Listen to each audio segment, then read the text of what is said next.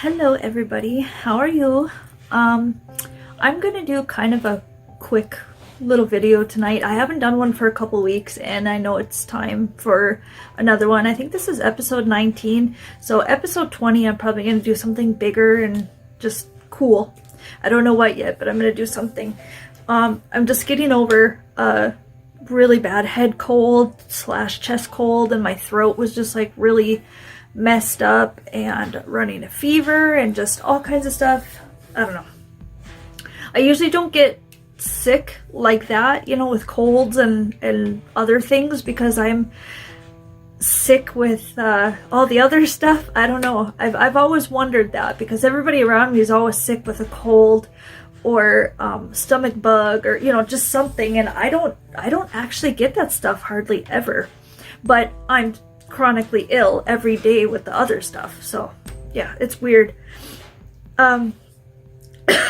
Excuse me. I've been doing all right. We've come into some luck lately, it seems like, with just things working out for us, like in our household or financially or whatever it may be, and I'm so grateful for that. That takes a lot of stress off my plate. And like most illnesses, my illness is fed by stress and emotional distress and things like that. So this has really been helping me. I still struggle with a lot of symptoms, but it seems like they've been a little bit better, like here and there, you know, periodically they're a little bit better. When I first wake up, I'm really bad, very symptomatic. I do take lorazepam, so as soon as that kicks in, lorazepam helps FND, you know, it helps almost anything neurologically.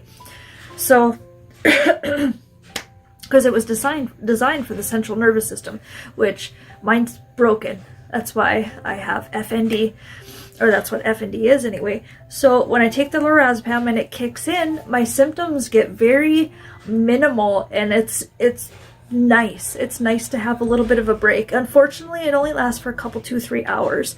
So I don't get much of a break, but then I find myself being, you know, symptomatic again. And then towards the night time, I get really symptomatic, really bad.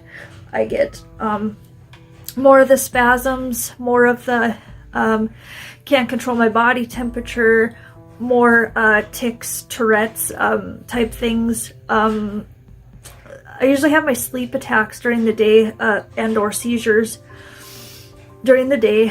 Rarely do I have them at night. It's not impossible, but it's not very common.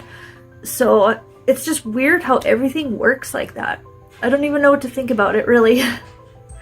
There was one thing that I learned pretty recently in my research with FND, that often FND is somehow linked or misdiagnosed for dementia. And that scares me a little bit. That type of stuff, I believe, does run in my family on my dad's side. And so it's a bit scary. I don't think that I have dementia, at least not yet anyways. I do think that due to me being neurologically ill and having a broken central nervous system, I think that I'm more prone to maybe developing those types of illnesses. And that's a scary thought, because one of my biggest fears is developing Alzheimer's or dementia or something like that, and just, you know, not even recognizing my own children or my grandchildren. That rips my heart out of my chest just thinking about it. That would be the absolute worst. I want to take extra precautionaries to try to make sure that doesn't happen. I mean, obviously I can't control it. If it's going to happen, it's going to happen. But, you know, we can supplement and eat healthier and try to get a good amount of sleep each night and, you know, all that kind of stuff. I don't think people, including myself, we don't realize how how important things like that are. Like getting 7 to 9 hours of sleep per night for an adult, especially closer to the 9-hour mark for us who have chronic illness, or autoimmune disease, or whatever we have. I mean, it's kind of the same thing. But for us getting closer to the 9-hour mark of sleep, that is good medicine. Good medicine for our bodies and our brains. And us eating the right diet for our illness, you know, the food and the water and stuff that we put in our body, that has the medicine that we need in it. It's had it in it all along. We just have to crack the code. We have to figure out, you know, which foods are right for us, because, you know, for some people that have arthritis, they might want to stay away from like more of the sugar stuff or dairies and stuff like that. Actually, most people should stay away from sugar. It's very toxic. But some diets require people eating more like red meats and greens, and then some require people eating no meat and more like fruits, veggies, stuff like that. I try to focus on a Mediterranean diet, which you actually can have a lot of food. You just basically got to stay away from like sugar and processed foods and stuff like that. I do fail at it sometimes. I do cheat sometimes with it too. I get the worst cravings. I have candida really bad, which makes you crave sugar mostly, but salt sometimes too. And I also crave salt because I have POTS, and so salt and high water intake is the treatment for that, so to speak. So my body's just kind of all over the place. You know, it's like, what the hell do I do? Like, if I do this, it's going to help this one. But if I do that to help that one, it's going to cause this and this and this. So I kind of have to pick and choose my battles. Like, what do I want to deal with today? Just kind of line them up and be like, no, definitely don't want that one. Yeah, I suppose I'll take that one on. That's kind of how I feel. I'm trying to crack the code. Trying to crack a code as far as what my body needs, because I am very in tune with my body and I am listening. Like, for the first time in my life, I am truly listening to my body. If it needs rest, I give it rest. If it needs water, I give it water. If it needs sunshine or some meditation, some calm, some anything, you know, craving fruit, I give it that. I try to listen to it, you know, and I tell people in my group those types of things. And in my FND group on Facebook, I'm not sure if I've ever mentioned that before, but I think I have. I do run a group that has over 500 members in it on Facebook. It's called Functional Neurological Disorder Awareness, and then FND in short, and it's got an orange ribbon on it. The orange heart or the orange ribbon is the one for FND. April, I believe, is FND Awareness Month. And yeah, that's just some fun facts about it. Just spilling my guts here. So I try to tell them stuff about it, and just little information like that. I mean, for some people it could help drastically, and for some maybe it doesn't really do much at all. But I think if people really give it a full opportunity to work as far as getting that 7 to 9 mark of sleep, eating the right foods, finding the right diet, getting a little bit of exercise, maintaining calmness in your mind, all that kind of stuff. Meditation is like super important for anybody with chronic illness, but especially people with neurological stuff like FND or seizures or anything like that. You got to remain calm, you know. That kind of is the correct code. We need to find Zen, basically. And it's not easy in this world. It really is not. Like, I think it's almost fucking impossible. But I'm still chasing that Zen because my body needs it and I'm trying to give it to it. So, yeah, I don't have a whole lot to say tonight. a little bit of update with me, I guess. I still have a meeting with University of Michigan Hospital. It's a telephone meeting or a video chat meeting, January 13th. And I'm really curious as to what options they've come up with as far as starting a treatment for me so that I could become more stable. I'm really out of whack the last several months, and it's hard to do anything. It's hard to plan anything. It's hard to be mom, to be Nana, to be Amber with my music and modeling and all this stuff. And it's hard. I'm having troubles living, basically. I'm surviving, but I'm not thriving. And my goal is to be thriving. So we're still working on that. I do get to see my neurologist this coming Friday. And I see him about every 3 to 6 months, depending on the severity of my status, basically. So since I am pretty bad lately, I see him every 3 months. And, excuse me, just going to be talking to him about my symptoms, basically, and telling him how the Michigan thing went, and just trying to see if there's anything else out there that's kind of close to me as for like something I can do to help, you know, treatment wise or anything. And yeah, I've been dealing with a lot of hurtful things because I'm trying to heal. I mean, not only am I trying to fix my broken body, I'm trying to fix my broken soul. And because it's definitely, the two are definitely like this, and I have to heal and work on both of them in order to actually heal completely. And I realize that. I never realized that until just a couple years back.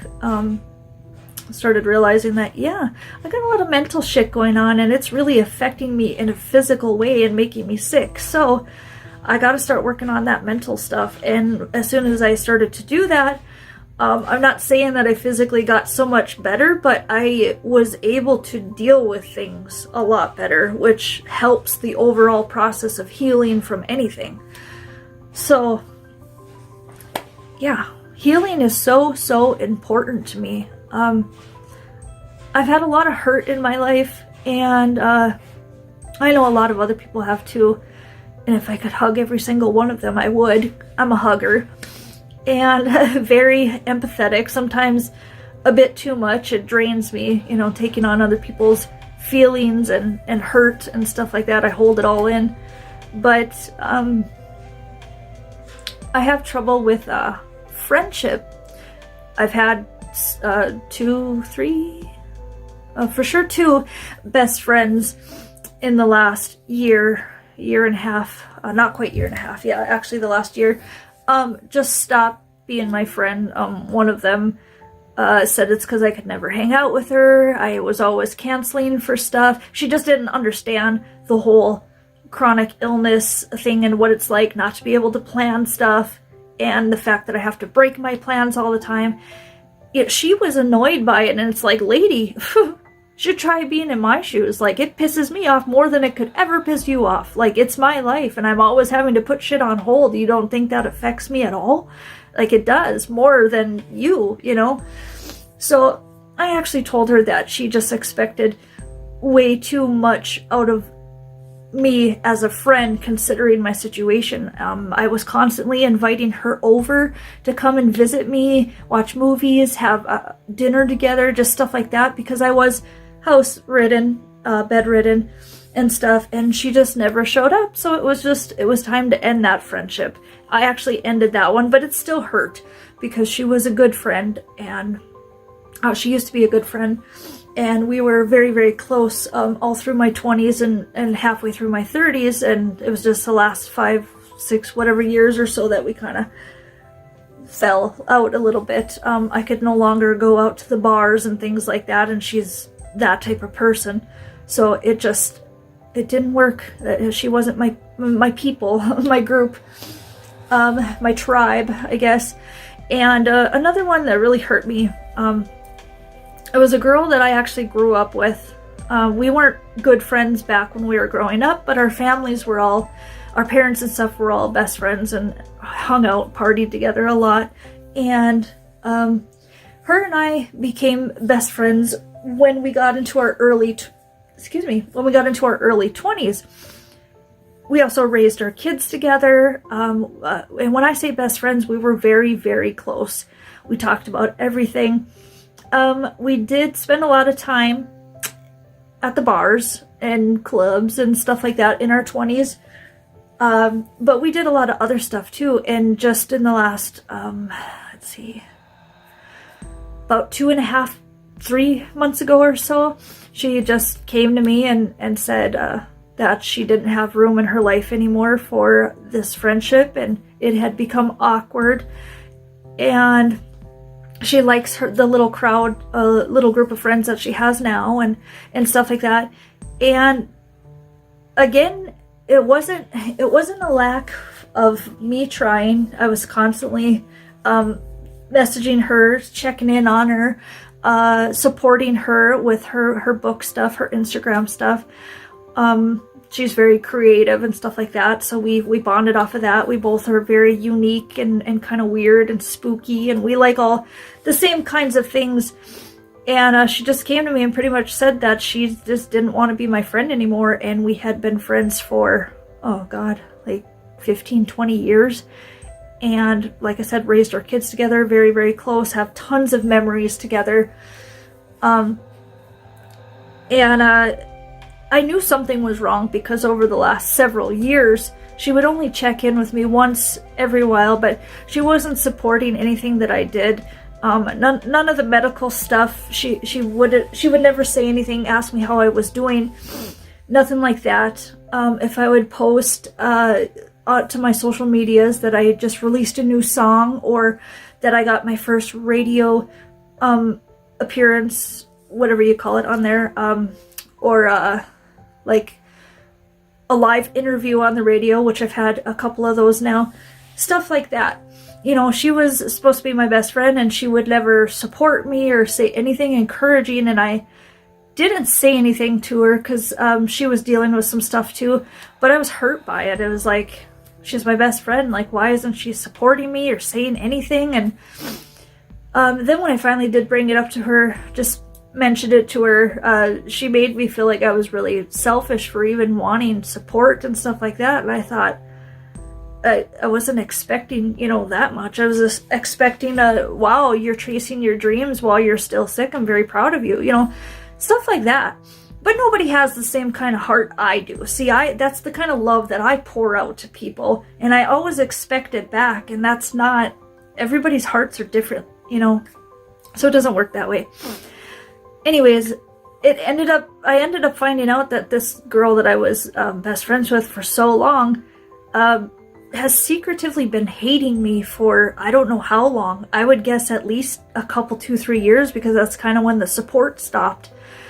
She doesn't believe that I'm sick, even though I've given her tons of proof. I was actually a little bit petty, and when she said that she didn't believe that I was sick, and there was a few other people around the town that I live in that didn't believe that I was sick, I actually went to my chart for my hospital stuff and screenshot, actual diagnosis and stuff like that, and then posted them, just because it is nobody's business, and I don't have to prove anything to anybody, because I know that I'm sick. My family knows I'm sick. The ones that matter know that I'm sick.